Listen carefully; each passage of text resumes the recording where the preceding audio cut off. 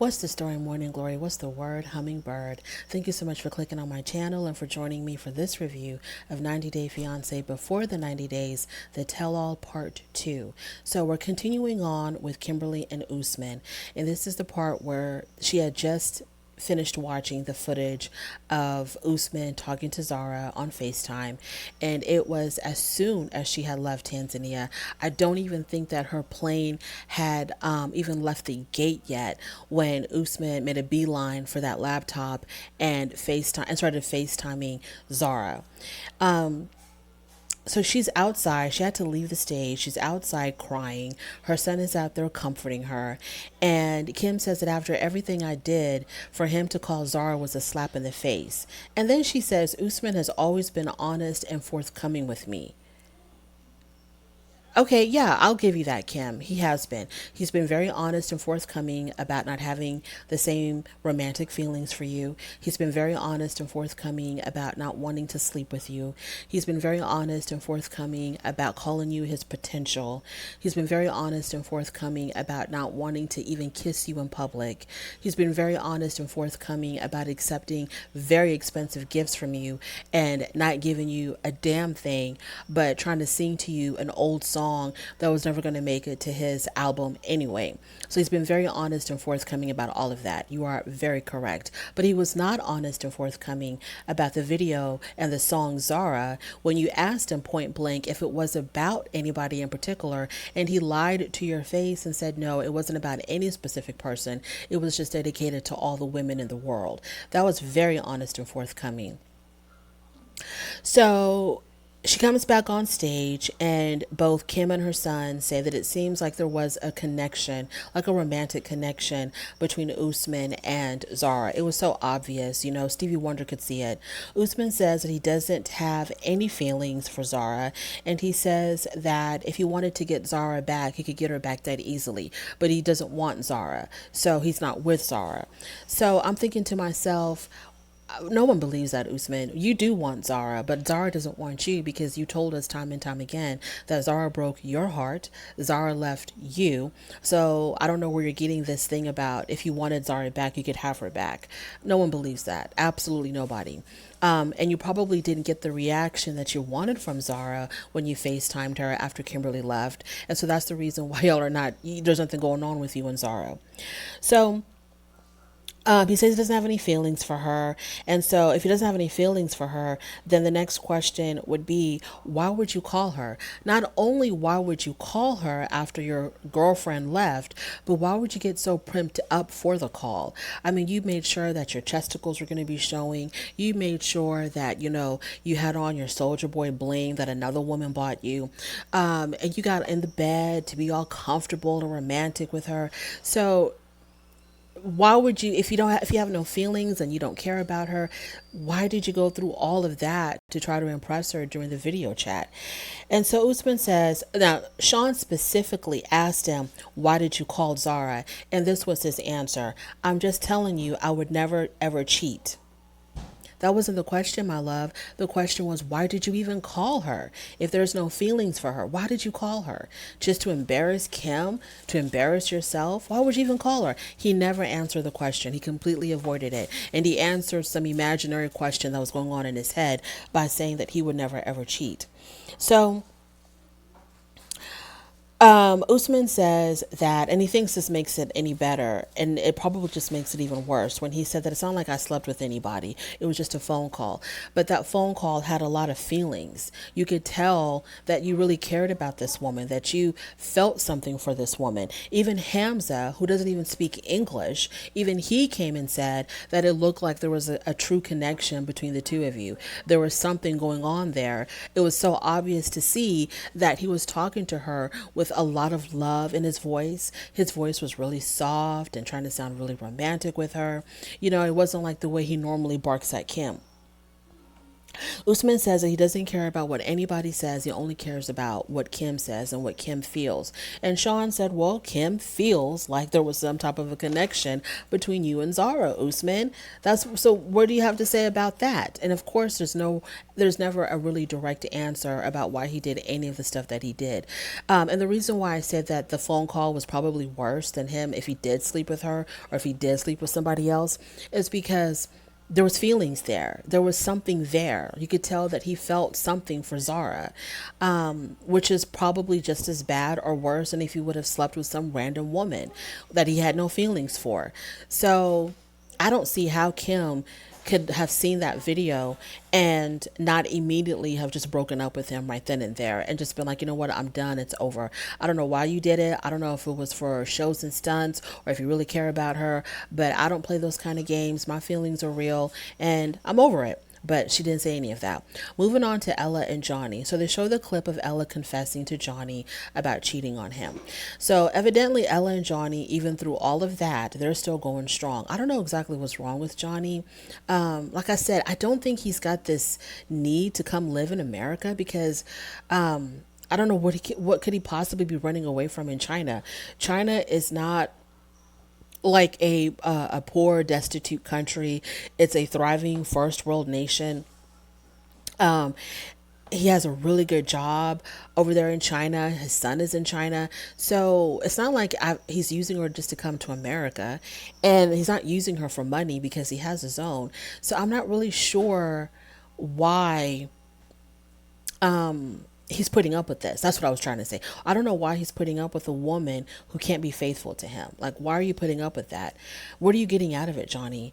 So she keeps talking about, Ella keeps talking about constantly about how my love language is touch and I need to be touched all the time and my love language is touch. It's like, Ella, grow the hell up. If your love language is touch and it's that important to you that you're going to risk your relationship with Johnny, then why don't you just break up with Johnny? And everybody told her this on stage and date someone within your own state, within your own town, with someone down the street from you, someone who can come. Evidently, you don't have a problem finding men who want to come and touch you.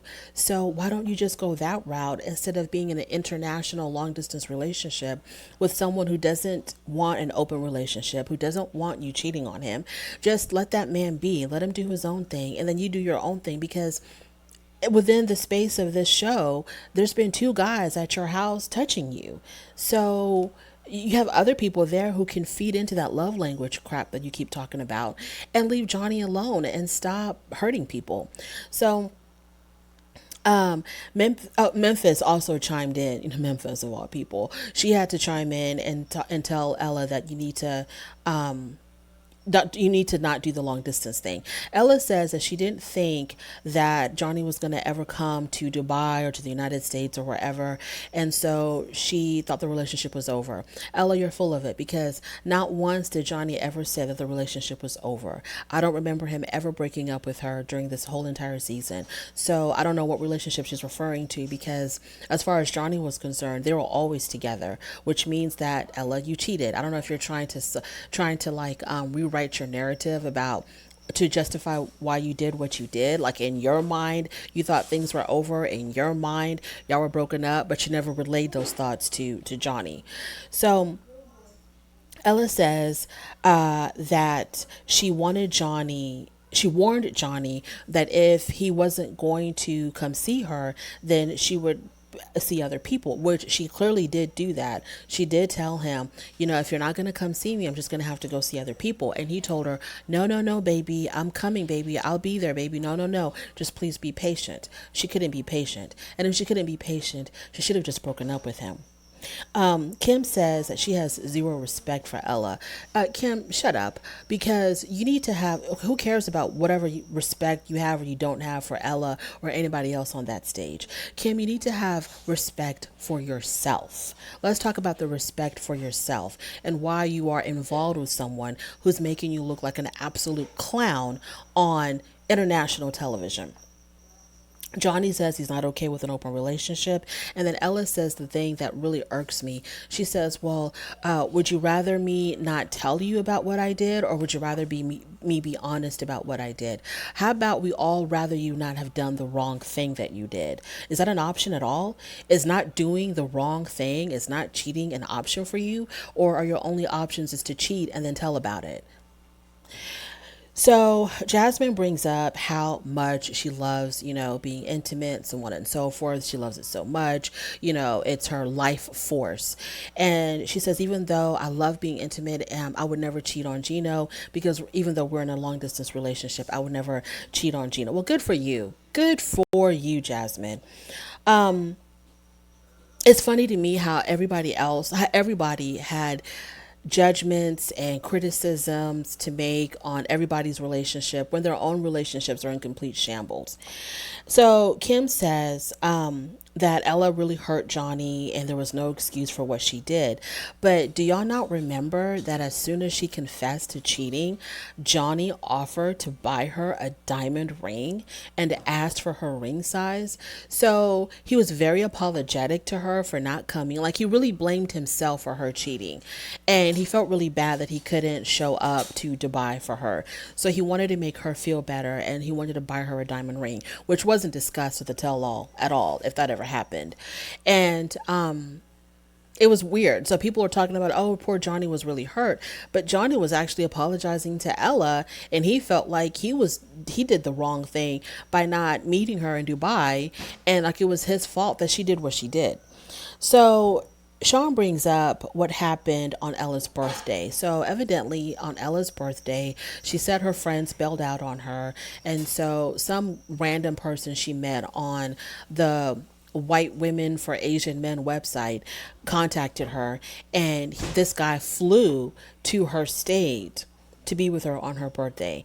And she wants to make it seem like, and she wants to make us believe that it was completely platonic, nothing happened. And she wants us to feel sorry for her about, not having anyone to spend her birthday with. Everybody abandoned her. Girl, stop. Stop it. You planned to be with this other random guy for your birthday. You were talking to this guy. Y'all were communicating back and forth. You mentioned it was your birthday, and he offered to fly to your state to see you for your birthday as a girlfriend, boyfriend type of thing, as a hookup type of thing, as a wham bam, thank you, ma'am type of thing. Whatever it wasn't platonic. And please miss me with the whole my friends abandoned me, nobody was there for me on my birthday. You're constantly trying to play the victim so that you can justify or make excuses for, let me reel it back because I was really about to go there with her. You're constantly trying to play the victim so that you don't appear like the wayward woman that you really are. She wants, oh, my friends abandoned me and nobody was. Stop. Stop. You never planned anything with your friends or your family. Ella, do you not remember that you had actually three friends on this show? You had a best friend, and you had another friend who was married to an Asian guy. So you have three friends just on this show alone. So these are the friends that had agreed to sign the release to appear on the show. What about the other friends that you had who probably didn't want to be on TV? You had at least three friends that we know of that could have spent time with you because they were spending time with you on this damn show. They were going out to eat with you just to create a scene. They wouldn't show up for your birthday. And plus, you have two very overprotective parents as well. They bailed on you on your birthday as well. Ella, you're just a woman who likes to fool around with a whole bunch of people. That's what you are, Ella. So she claims, she says over and over and over again that nothing happened. Nobody on stage believed her. Johnny says he believes her. He believes this woman that nothing happened. And he kind of saw like nothing wrong with this happening. And so, okay. And so, not only did this guy come and spend time with her for her birthday, he actually spent the night at her house.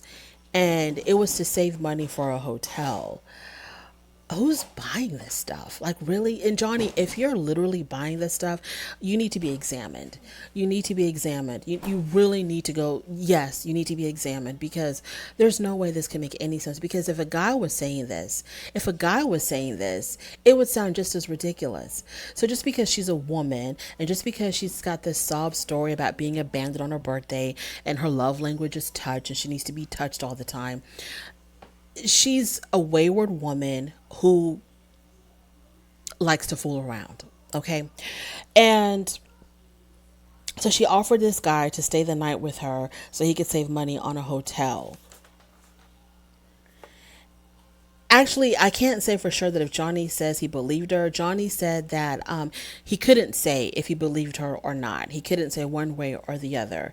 And Ella, you're wrong. You're just absolutely wrong for the way you're acting and what you're doing. I don't know why you are the way you are. It seems like when you were growing up, when you did something wrong, all you had to do was just turn on the waterworks and give some sorry excuse, and your parents let you get away with it. And that kind of behavior and mentality has carried on into your adulthood.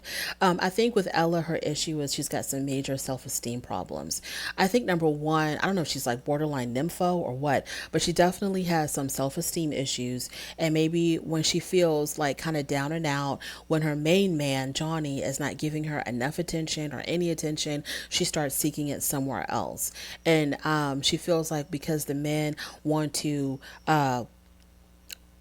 satisfy her love language and touch her, she feels like, she feels better about herself when she's got male attention. That's how I see Ella. She just needs male attention to feel good about herself, because she doesn't know how to feel good about herself from within. And I'm thinking maybe that's why she's on this Asian men for white women website, because those type of websites to me are kind of crazy. Like, people who are seeking out other people just for their race. I mean, doesn't it sound a bit fetishy or something like that? Like, you're specifically looking for a particular race, and that's the only qualification, is that this person has to be white or this person has to be Asian.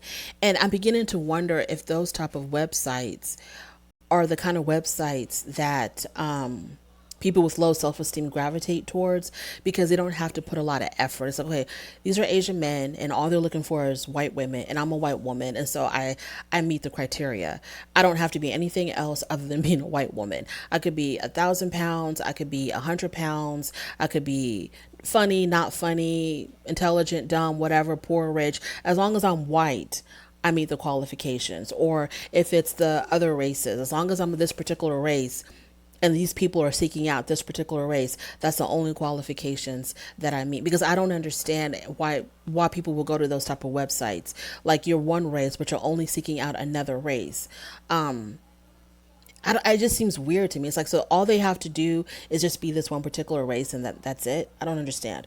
So during the break, Ella calls Johnny, and she's crying. She turns on the waterworks again, and he tells her that he doesn't blame her, that it's not her fault, and once again she gets away with being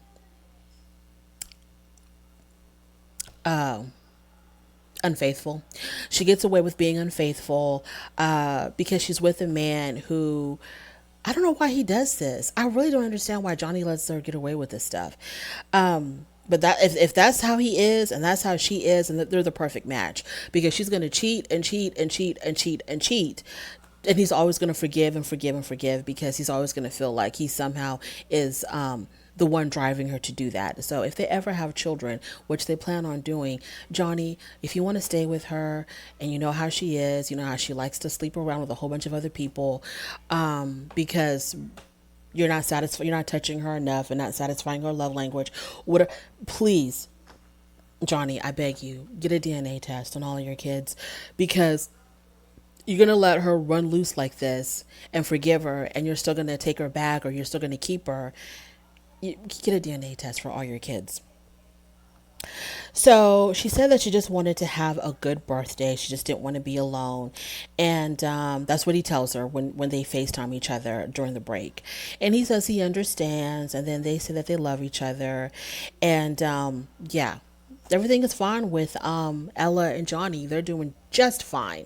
Moving on to Gino and Jasmine again.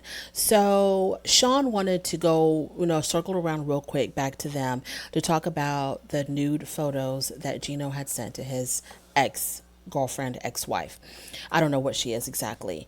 And Gino says that he takes full responsibility, and he said that he only did it to get back at his ex. So his ex had a new boyfriend, and the ex was like rubbing it in his face. How she's got this, she leveled up. She upgraded from Gino. She moved on to bigger and greater things, and she was rubbing it in his face, and he didn't like that. So he wanted to retaliate. So he said that he was going to send his ex a whole bunch of pictures of Jasmine. And so he has sent a collection of pictures where she was fully clothed, but he did not know that amongst the collection was one nude photo or half nude photo or semi nude photo of Jasmine. So that's what got sent to the ex. He did not intentionally send a nude pic. It was just accidentally lumped in a collection of other pictures that he was sending to his ex. Gino says it was an accident, and Mike asked Jasmine if she believed that, and Jasmine said that there were three different pics sent three different times to the ex. And I think out of those three pictures, two of them were her nude pictures, her semi nude pictures. And Gino denies it. And the way Jasmine was explaining it, her version was a little bit more believable than Gino's version. Because if you're selecting a whole bunch of pictures, you have to know. I mean, I don't know, whatever. What he could have hit select all and just sent a whole bunch to his ex, which is stupid. Normally, what normal people will do if they're trying to send a group of pictures is they will choose the pictures they want to send. You don't just put select all and send them all unless you only have 5 pictures in your gallery. I don't understand that, Gino. And so I believe Jasmine. I don't believe Gino. He's full of it. He's a liar. He's almost like a pathological liar. Like he lies for no reason. And I don't even know why these people are together. Another issue that I have with Gino and these pics is that why do you feel the need to retaliate towards your ex? If your ex did, if it's true, because you can't believe anything Gino says, if it's true that your ex was trying to rub it in your face that her new man is better, why does that even affect you? Why does that bother you? You're happy with your girlfriend, right? You're happy with Jasmine. Just ignore her. Just ignore your ex. Just if she sends you a text or pictures and she wants to rub it in your face that, her new one is better than you, okay, just either ignore her or say congratulations, have a nice day, block, delete. Like, why do you entertain that? It's almost as if when she sent him the pictures of her new boyfriend, Gino felt some kind of way about it. It really bugged him. It really bothered him. And if it bothered him, then he must still have unresolved feelings for his ex. And that's why he felt the need to retaliate. Because if you're really over her and you don't care about her, it wouldn't bother you what she did. You would just ignore it.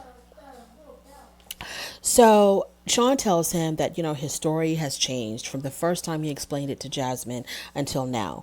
Gino, never showed his phone to Jasmine to show exactly what he sent to the ex. He claims that he had deleted those photos or that exchange of pictures.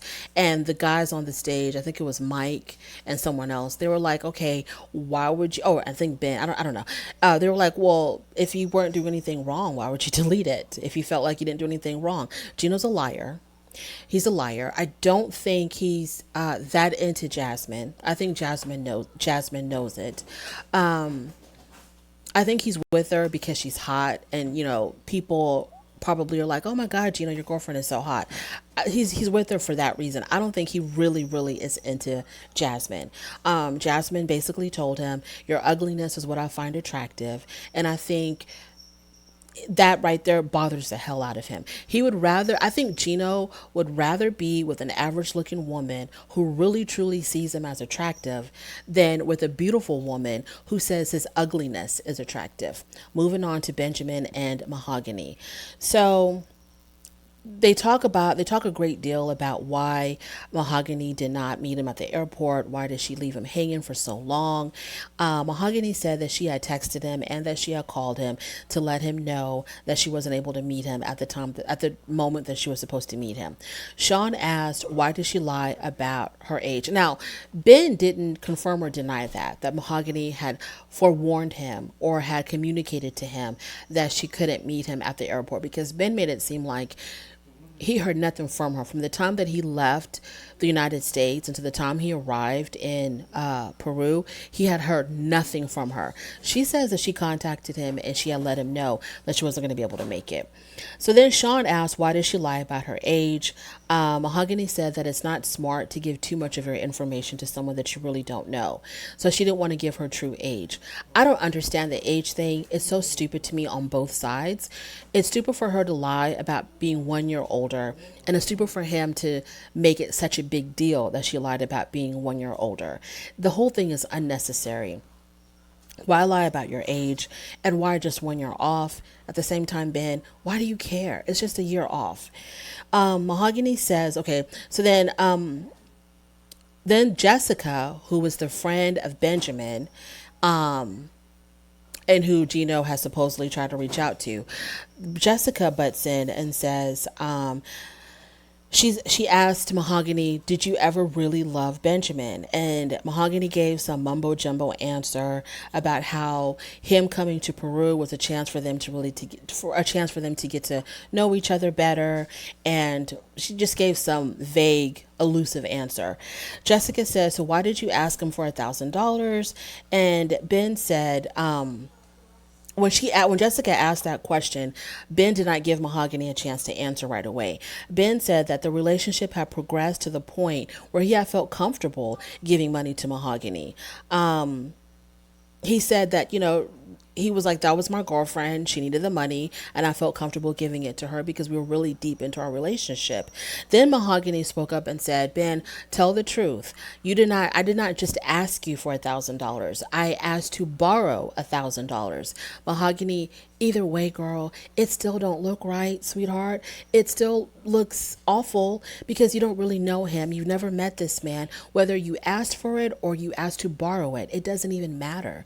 If you needed the money, why are you asking some strange older man for money? You have your parents who seem like they would, they will do anything for you. They will go to the moon and back for you because they chased you all the way to wherever you went on vacation with Ben. They would do anything for you. Your father seems extremely protective and very caring of you. Why don't you ask your parents for money or ask somebody in Peru for money? Why are you asking someone that you really don't even know, whether it was borrowing or giving outright? Whatever. Mahogany, it didn't look right. So, Gino then steps in and asks, why not wait until Gino asked Ben, why didn't you actually wait until you saw her before you were giving the money to her? I think that's what he asked. I don't know. Gino asked, why not wait until he actually saw her on FaceTime? Mahogany said that she never FaceTimed with him because she was way too shy. And then Jessica steps in and says, okay, well, I went through all your social media. You have pictures of yourself in your bikini. You have a whole bunch of pictures of yourself wearing in provocative poses, wearing, provocative clothing. So what are you talking about? You're too shy to FaceTime someone that you were supposedly in this long distance relationship with. Mahogany said that when Ben had asked to video chat, she didn't want to video chat because he made it seem like it was a date. And she says something about how it was kind of creepy or uncomfortable that this 50-something-year-old man would want to go out on this video date with her, and she was only 21 at the time.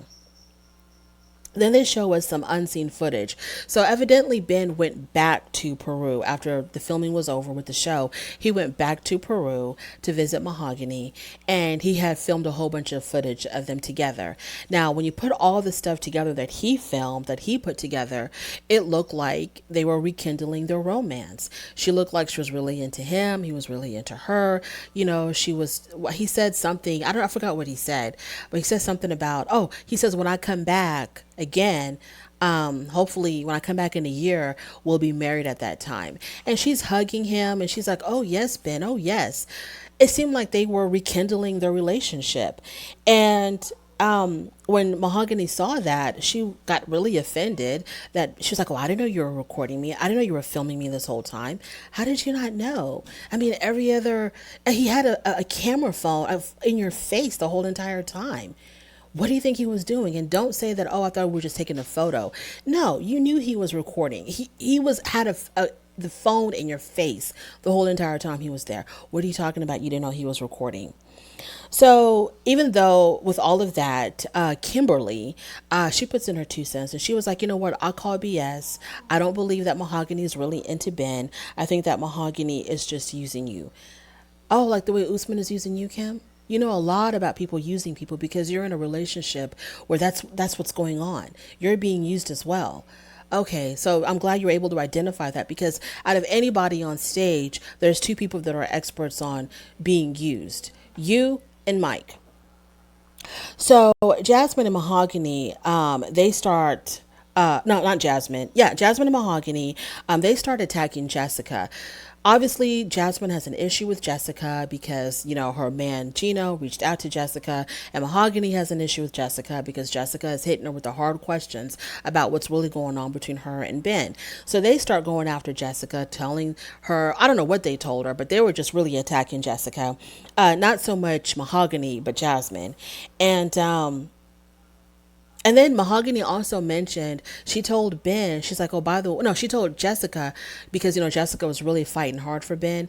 Mahogany tells Jessica, well, did Ben tell you that he told me that you were fake? No, that you were dramatic, that you were too dramatic. Did Ben tell you that? Because evidently Ben was trash talking Jessica to Mahogany. So at that point, Jessica calls Ben two-faced and calls him fake for acting like he really needed friendly advice from his friends when he was going to do his own thing anyway. Whatever. Ben says that they're back together, him and Mahogany. And when they asked Mahogany, Sean asked Mahogany several times, are you and Ben back together as a couple, boyfriend and girlfriend? And Mahogany says that he needs to prove himself more. Jessica then apologizes to Mahogany because, she felt but hurt about the stuff that Ben was saying about her. So now she wants to, switch over on the other team and apologize to Mahogany and say that Mahogany was the real victim and that Ben is two-faced, he's a narcissist, and he's selfish. Don't nobody care about your relationship with the Jessica Ben friendship. We don't really care about that. Moving on. So Memphis all of a sudden had to leave. She wasn't feeling well. And at first she said, at some point she said she had to go get something. So I thought she was going to bring like a prop or some type of receipts about something. But she was gone. She changed out of her fancy dress and put on her jeans and her tennis shoes and her mask and her hoodie, and she was out of there. She said she wasn't feeling well. She said she had a migraine. The lights on the stage were affecting her too much, and she was out of there. And I expected Hamza to also leave with her, but he didn't leave. He stayed. We'll get into all of that a little bit later. So it was supposed to be their segment next, Hamza and Memphis, but Memphis exited stage left. So there was nothing about that. I think Sean asked like a couple of softball questions to Hamza about the baby or something, and he's like, the baby's fine, and he says, I'm a husband now and I'm a father and have a lot of responsibilities. And that was the end of the Hamza and Memphis segment. Moving on from that, okay, so in the green room, it's during the break and they're in the green room now, and Kim and Gino, they start talking crap about Ximena because the Ximena and Mike segment is coming up next. They start talking crap about Ximena's a user, so on and so forth. Mike is really worried that he's really worried about Ximena and Nelsie finally meeting face to face because those two women do not get along. Nelsie doesn't see it for Ximena at all, and Ximena thinks that Nelsie is way too nosy in her involvement in her relationship. So Even Ella has, some choice words to say about Ximena. Mike said that he will definitely need to defend Ximena. So, like I said, when we come back from break, Memphis and Hamza, it's a non-segment, it's a non-issue. Memphis has left the building, and Hamza, I don't even know why he stayed. They only asked him a couple of questions. He gave his little answer, and I have no idea why Hamza even stayed. So obviously it was very frustrating not to have them talk about their storyline. Everybody else got grilled. Why not y'all too? I really do believe that Memphis just wasn't ready, or she wasn't willing to be in the hot seat for any reason, whether it was questions about the pregnancy, whether it was questions about the prenup, postnup situation. She wasn't going to answer any questions. She stayed long enough, I guess, to fulfill her contractual obligation for TLC, and she was out of there. I think she was running. I think she didn't want to, face the music. People online were saying something about how this was all planned by the producers because Hamza and Memphis are either going to have their own spinoff, their own baby special spinoff, I forgot their names. Giovanni, Jovi, and the girl from the Ukraine, like they have their little spinoff about their baby. So some people said that that's why, because they have their own spinoff, or they're going to be in the next franchise of 90 Day Fiance Happily Ever After. So either way, they're coming back in some capacity. And so the producers were okay with her leaving because they didn't want them to talk about anything going on in their lives, because it's going to be explored when they come back for the next franchise of whatever, or their own spinoff. I don't think that's true, because if the producers didn't want them to accidentally mention anything about what they've been recording about their own lives together, they wouldn't have had them on the tell-all. They would have made up some excuse like, oh, their baby was sick, so they couldn't make it to the tell-all. They couldn't join us, because that's what y'all did for Alina and Caleb. Y'all were just like, oh, Caleb and Alina couldn't be with us. No explanation, no nothing. Well, say the same thing. Hamza and Memphis couldn't be with us. Whatever reason, no reason, whatever. But don't have them sit there and then right before their segment begins, she hightails it out of there. I personally believe she didn't want to be in the hot seat. And I think it's kind of crazy that she left her husband there. But moving on, Mike and Ximena. The soundtrack of the Mike Ximena relationship is that song by Bill Withers called Use Me. And there's a line in that song that goes, if it feels this good being used, just use me up.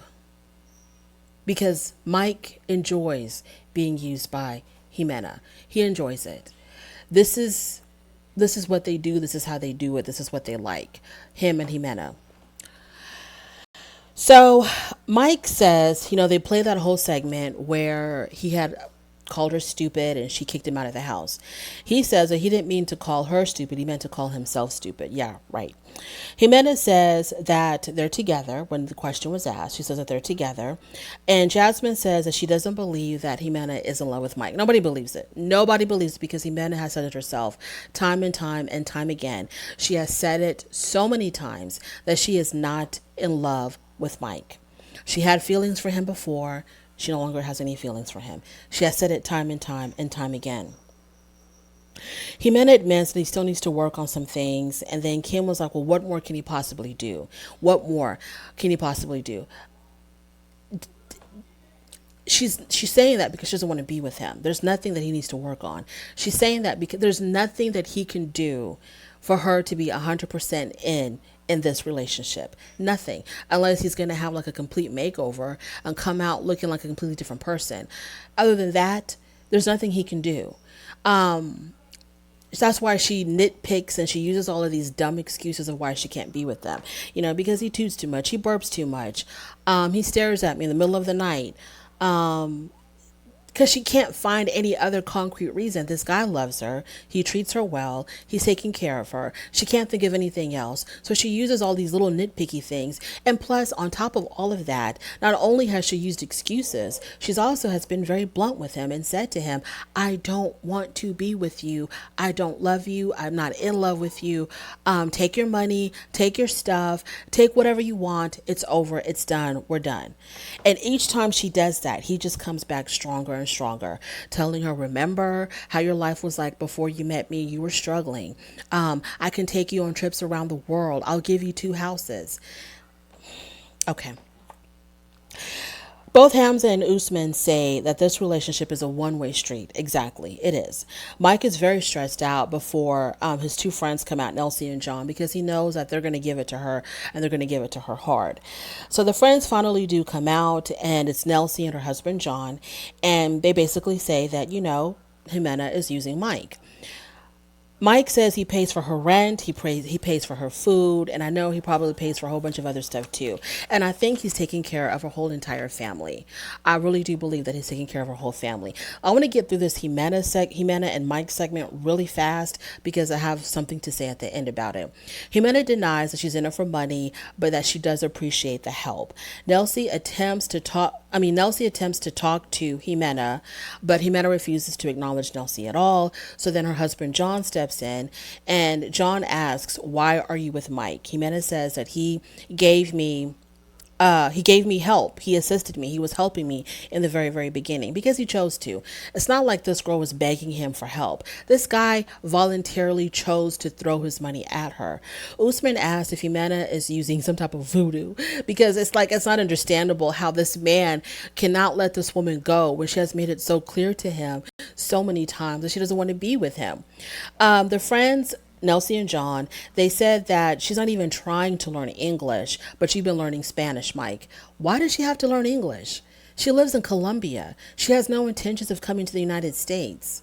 Why does she have to learn English? He's the one that's always traveling to Colombia, so it makes sense for him to learn Spanish because he's the one that's always going back and forth. She says she loves Colombia and she has no intentions of moving to New York. So why would she have to learn English? Why? He's the one that needs to learn Spanish to communicate with her. I don't see any need for her to learn English if she doesn't want to. Nelsie called her a gold digger, and then Ximena got up and left because she was being insulted. Mike said that she was going to give him a second chance, but his friends came in and ruined it. Usman says, well, you need to give her a second chance. She needs to fight for you to give her a second chance. Why would she need to do that, Usman? She doesn't want to be with him. Why would Ximena fight to get a second chance with Mike? She doesn't want to be with him. So Mike wants someone to bring Ximena back because he keeps on saying, can someone please bring her back? Can someone please bring her back? Ximena returns. She doesn't want anyone to interfere with their relationship because she says, it's only me and Mike in this relationship. We don't need any outside interference. Nelsie says this is a relationship of one person, which is Mike. Ximena gets up and leaves again. So then Mike tells Nelsie to shut up, and Nelsie says, don't tell me to shut up. And then Mike says, if you're not going to shut up, then leave. Because, he's the stage director, right? Because he can tell people when to come and leave, right? So Nelsie gets upset and she leaves. So anytime that Nelsie opened her mouth, Ximena got up and left. So Mike was like, you know what, let me just get rid of Nelsie so my woman can finally stay on camera for more than 3 seconds. So if you're going to call Ximena a gold digger, why? Why are you calling her a gold digger? Mike is the one that is throwing money at her to keep her. He's buying her love, buying her time. That's why he's continuing to pay her rent, even though he was like, oh, I'm not going to pay your rent anymore. He still continued to pay her rent. After that huge blowout fight that they had, he promised her the world. I'll give you the whole wide world if you want it. I'll give it to you. So why is she a gold digger? He's the one that's throwing his money at her. And if she's a gold digger because she's with a man who wants to spend money on her, then aren't we all gold diggers? Because what woman is going to be with a man who has no job, no money, no nothing? And as much as you want to talk a good game about love and what's in the heart, a woman will always choose a man that's got some type of means to pay something. He doesn't have to completely take care of her, but he's going to have to contribute somehow in some way. I don't think women naturally gravitate towards men who are just no money, no job, no prospects, no nothing. And yes, he is supporting her whole entire lifestyle, but he told her to quit her job, her little website thing that she was doing. He told her to quit her job and he was going to take care of her. He volunteered that. And yes, she could have said, I don't want that. I don't want you to do that. She could have done that. But I don't think that the conditions that she was living in, I just don't understand. People who live in certain parts of the world, don't have a lot of options when they're not making a lot of money. They have to do what they can. It's not like here in America where a person like Ximena, a single mom with two kids, if she didn't have a man supporting her, if she has no skills, and maybe she has skills doing nails, but she did her sister's nails, and I was like, you're making money doing that. Um, she doesn't have any skills. She doesn't have any education. Um, if there's not a man to take care of her, there's no government assistance like the way it is here in the United States, where a single mom, if she doesn't have, if she's struggling with getting a job or doesn't have her own income, she can go to the state and she can get assistance. She can get housing, she can get food stamps, she can get Medicaid, she can get yeah, so she can get assistance from the state. In some parts of the world, it's not like that. So yes, she could have her own little job, but then at that time there was the quarantine, so the nail salons were closed. If she was really working in a nail salon, so she was doing this adult thing, this adult website thing. But Mike told her to quit. He was going to give her money, and I don't think that she was doing that job because she loved doing that job. She did that job because she really had to. So then Mike comes in and says, "Hey, you don't have to do that anymore. I'll take care of you." Why would she say no to that? And if the argument is, well, she should have said no because she knew that he wanted to have a relationship with her and she wasn't on the same page. She did do that. She did tell him eventually, I don't want to be with you. Don't pay for my rent. Take all your stuff back. Take your money back. Stop giving me money. I'll be fine alone because I was fine before I met you. She did do that. And he still was continuously throwing his money at her. So they're supposed to go on this trip to Cartagena. He's going to pay for another vacation with her, go to Cartagena. And he says when they go on this trip, they're supposed to work out their differences and reconnect. John says to Ximena, would you want someone doing to your sons what you're doing to Mike? Ximena said, no. And so John was like, boom, there's my point. So she knows that what she's doing is wrong. So Mike says that he just wants her to learn English because he told her that she also has to make changes. And when they asked her what type of changes does she have to make, he said, I just want her to learn English. He doesn't care if she learns English or not. Hamza says, Mike, you're under some type of a spell and this relationship will never work. Right on, Hamza. So when she comes back on camera, they asked her, I forgot who asked her, but they were asking her, do you love Mike? She said yes. Do you want to be with Mike? Yes. You want to work it out with Mike? She said yes. And her mouth was saying yes, but her eyes was not saying yes to me. Mike is so overbearing. I feel like at times Ximena has no choice but to just give in to him. Also, I think she gets a lot of pressure from her family as well. I think her family also pressures her to stay with Mike and to be with Mike because, like I said, in some parts of the world, people are really struggling. I'm not saying that all of Colombia is destitute, and I'm not saying that all Colombians are destitute, but I think there is a segment of the population that is poor, and I think that she's a part of that population. And when you have someone who's going to take care of you and give you money and pay your rent and buy you furniture and give you money for groceries and take care of your whole family, people are going to look at you like you're crazy to turn that down and to go back to struggling. I don't think the issue is Mike. I don't think the issue is Ximena using Mike. I think the issue is Mike allowing himself to be used by Ximena. I think Mike needs to choose himself. And he needs to remove himself from the equation and let her do what she needs to do because, like she said she was fine before she met Mike. She'll make it happen. Ximena is one of those women. She's a survivor. I see her as someone who's a survivor. She's always going to find a way. Mike doesn't have to worry about her. Mike needs to remove himself from the situation. And I get so frustrated with everybody pointing their finger at Ximena, feeling so sorry for Mike. Just because Mike is short, bald, and funny looking doesn't mean that he doesn't know what the hell is going on. He's being extremely manipulative because he knows exactly what he needs to do to keep her where she's at. He knows he just needs to constantly pressure her, just constantly like pressure her constantly. That's what I'm trying to say. Like, just pressure her, calling her, texting her, FaceTiming her, always all up in her face, begging her, texting her 1,000 times a day, calling her 1,000 times a day. Just continue to put that pressure on her, and then she's going to give in. Plus, on top of that, I think she's getting that pressure from her family as well. And so she's like, okay, yeah, I'll be with you, Mike. And then they start the cycle all over again, where she's like, really, her true feelings, she can only pretend for so long. And then she's like, I can't take it. You're disgusting. Get away from me. Don't touch me. Go away. And then they start all over again, him begging her, throwing money at her, promising her the world. And then she's back with him again. The issue to me has never been Ximena. The issue to me has always been Mike. He needs to just love himself, respect himself, and just leave, cut it loose, cut all ties with Ximena. And that's the end of that.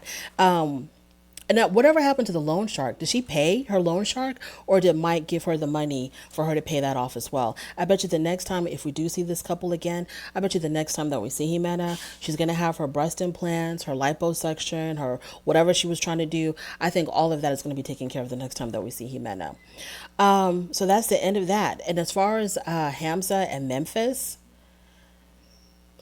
you did us so dirty. We were so dedicated to this show. We were so dedicated to all of these couples on this show. We stuck it through from episode 1 until the tell-all, and you abandoned us, Memphis. You abandoned us. We're not going to forget. Thank you so much for joining me in this review. If you made it this far, I really do appreciate it. Please don't forget on your way out to rate the video, and by all means, please don't forget to subscribe, and I will definitely talk to you later. Bye.